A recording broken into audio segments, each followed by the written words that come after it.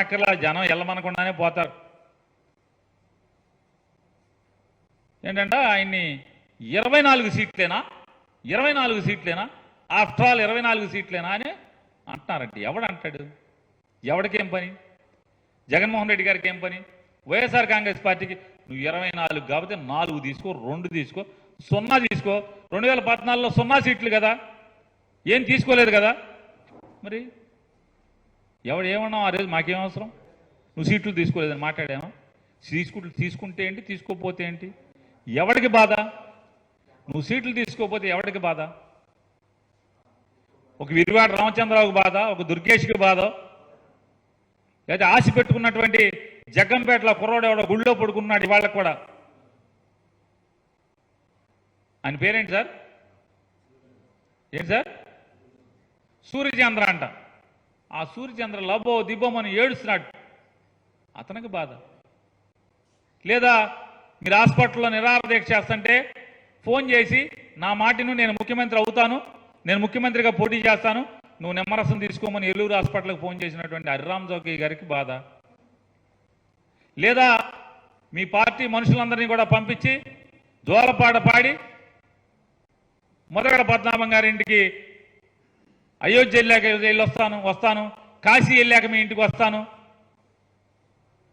కౌరులు చేసింది మీరు కదా. ఏమైనా ఉంటే బాధ ముద్రగడ పద్మనాభం గారికి ఉండాలి, లేదా మీ జెండా మోసే కార్యకర్తలకు ఉండాలి.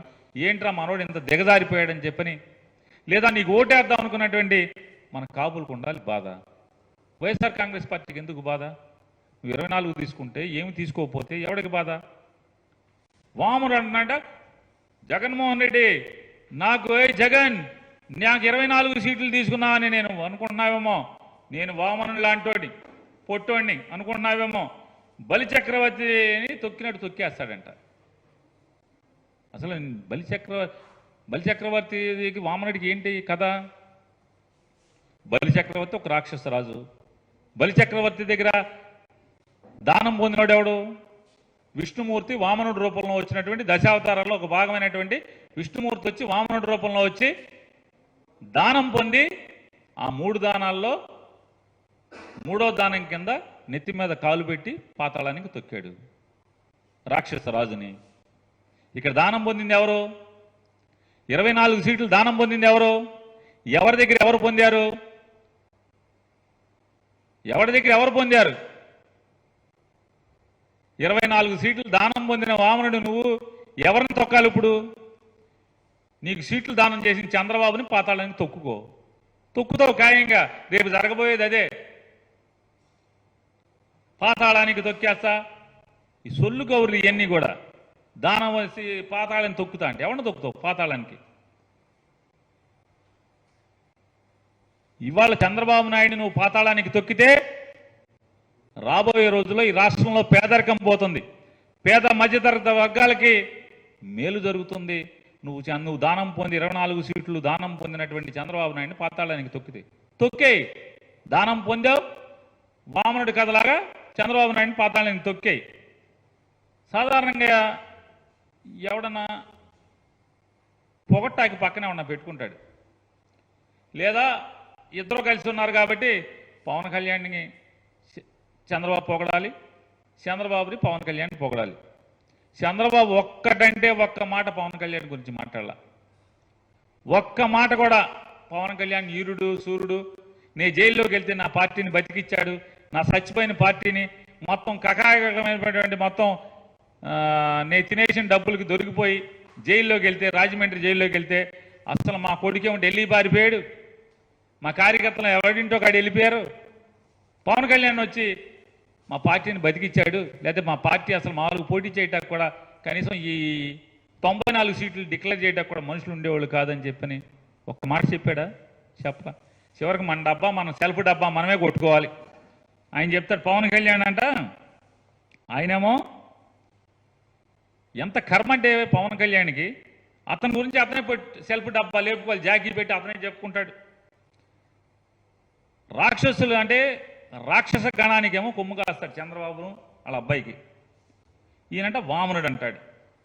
అసలు పురాణాల్లో పోల్స్టాకి పవన్ కళ్యాణ్కి ఏముంది, అసలు ఏం పాత్ర ఉంది? శల్యుడి పాత్ర ఒకటే ఉంది. పవన్ కళ్యాణ్ పురాణంలో పాత్రాలంటే శల్యుడి పాత్ర ఒకటే. కాపుల్ని ఇతని మీద విపరీతమైనటువంటి, అంటే మాకు కూడా ముఖ్యమంత్రి ఉంటే బాగుంటుంది కదా.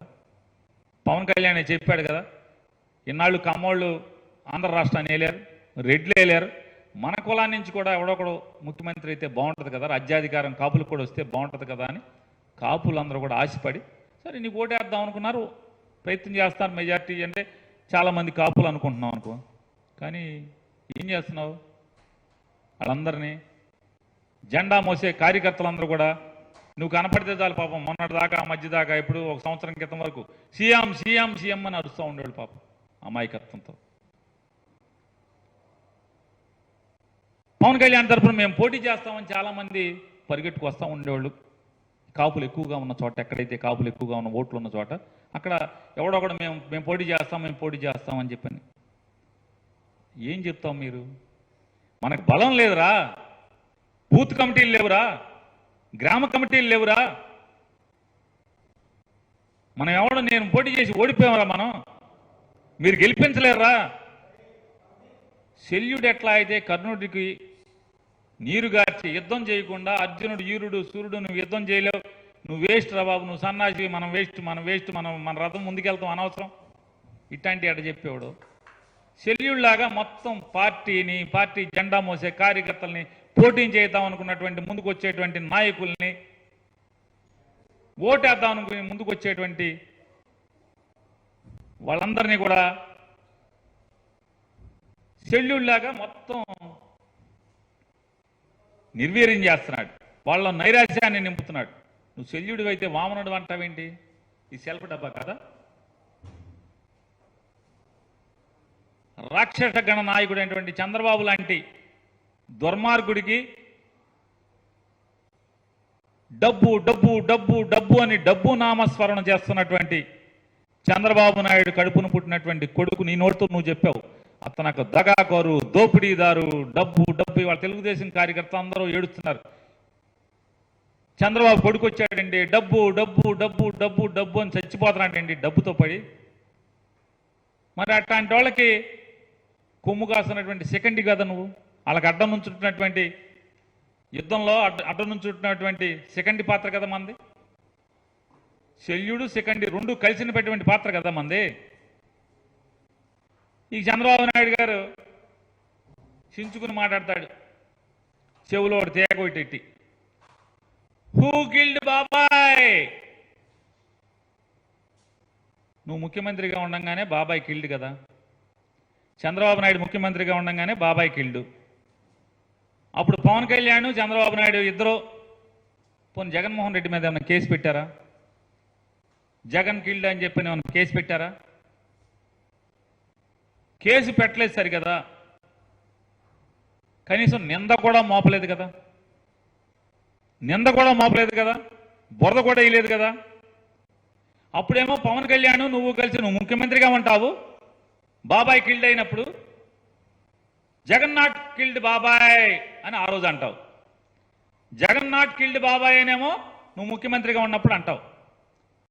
ఇప్పుడేమో హూ కిల్డ్ బాబాయ్, హూ కిల్డ్ ఎన్టీఆర్ అనుకోవచ్చు కదా, హూ కిల్డ్ ఎన్టీఆర్ అని. ఈ చంద్రబాబు నాయుడు ఈ దిగజారుడు మాట జనానికి మతిమరుపు ఉంటుంది అనుకుంటారు. ప్రతిదీ నువ్వు ముఖ్యమంత్రిగా ఉన్నప్పుడు వివేకానంద రెడ్డి గారు హత్య గావించబడితే ఆ హత్యలో దోషులు ఇవాళ నీతో తిరుగుతారా? పచ్చిగా కిరాతకంగా టీవీలకి ప్రెస్ మీట్లు పెట్టి నేను ఈ రకంగా ఇలా పొడిచాను, ఇలా నరికాను, ఇలా కిరాతకంగా గుండెల మీద కూర్చుని కత్తి దింపాను గుండెల్లోకి అని చెప్పి ప్రెస్ మీట్ పెట్టినటువంటి హత్య చేసినటువంటి ముద్దాయి నీ పార్టీలో జెండా మోస్తాడా? నీతో తిరుగుతాడా చంద్రబాబు నాయుడుతో? హూ కిల్డ్ బాబాయ్ అంట. నోరా తాటి పట్టే అది చంద్రబాబు నాయుడు. 75 ఏళ్ళు వయసు వచ్చింది. ఊళ్ళో తాటి చెట్టుకి ఊరి మధ్యలో ఉన్నటువంటి మర్రి చెట్టుకి కూడా వయసు వస్తుంది. కానీ మనం మనుషులం కదా. సంస్కారం, నిన్నేం మాట్లాడాం, వాస్తవం ఏంటి,